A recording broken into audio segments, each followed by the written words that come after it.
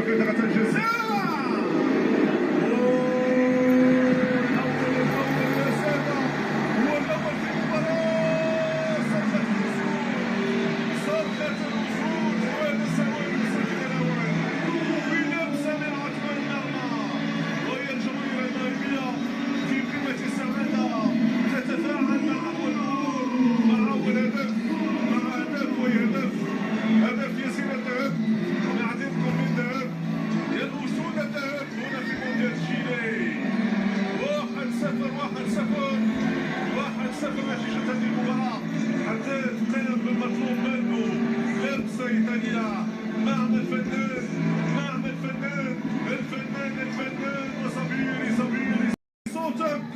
في تشيلي وفي كل مكان الأسود من جديد ينصبون أنفسهم مؤهلين للدور المقبل من نهائيات كأس العالم للناشئين. للشباب أي الشباب هادو في الليلة المباركة يظهر صبيري مجددا. متروفيتش يبحث عن سبب آخر، يبحث عن الطلب موجه للحكم لمتابعة ما حدث. خليتي حتى التوش ما خليتيش، حتى التماس ما خليتيش في حال المدرب متروفيتش.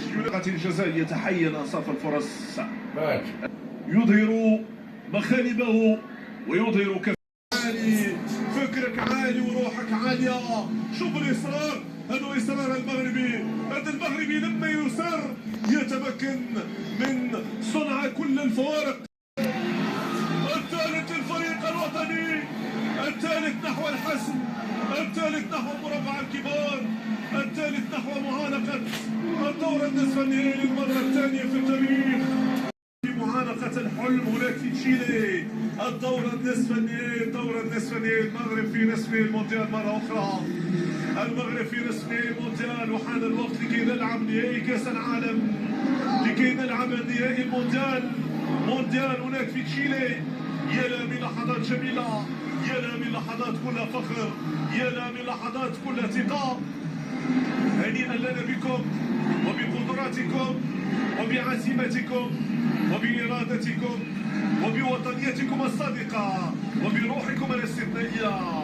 وهنيئا لنا بهذا الجمهور المغربي الجميل الذي تابع المباراة، ولكل الجنسيات التي آمنت بكم في ملاعب تشيلي من سانتياغو لراكانغوا. ثواني والبقية تعرفون،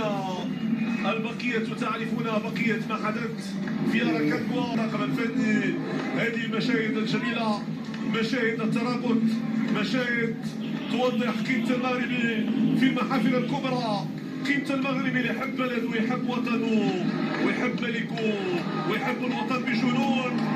تحية لكم جميعا مني سفيان الرشيدي، الذي كتب لي وأن أتقاسم معكم هذه الفرحة في هذه الليلة. سباقا إلى التسجيل في الدقيقة 31.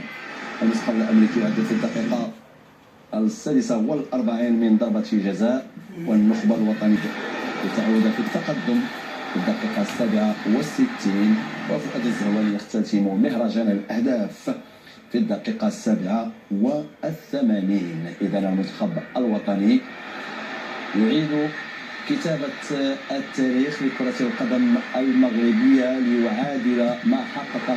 في معانقة الحلم هناك في تشيلي، الدور النصف النهائي، المغرب في نصف المونديال مرة أخرى. المغرب في نصف المونديال، وحان الوقت لكي نلعب نهائي كأس العالم، لكي نلعب نهائي المونديال هناك في تشيلي. يا لا من لحظات جميلة، يا لا من لحظات كلها فخر، يا لا من لحظات كلها ثقة. هنيئا لنا بكم وبقدراتكم وبعزيمتكم وبإرادتكم وبوطنيتكم الصادقة وبروحكم الاستثنائية. وهنيئا لنا بهذا الجمهور المغربي الجميل الذي تابع المباراة، ولكل الجنسيات التي آمنت بكم في ملاعب تشيلي من سانتياغو لراكانغوا.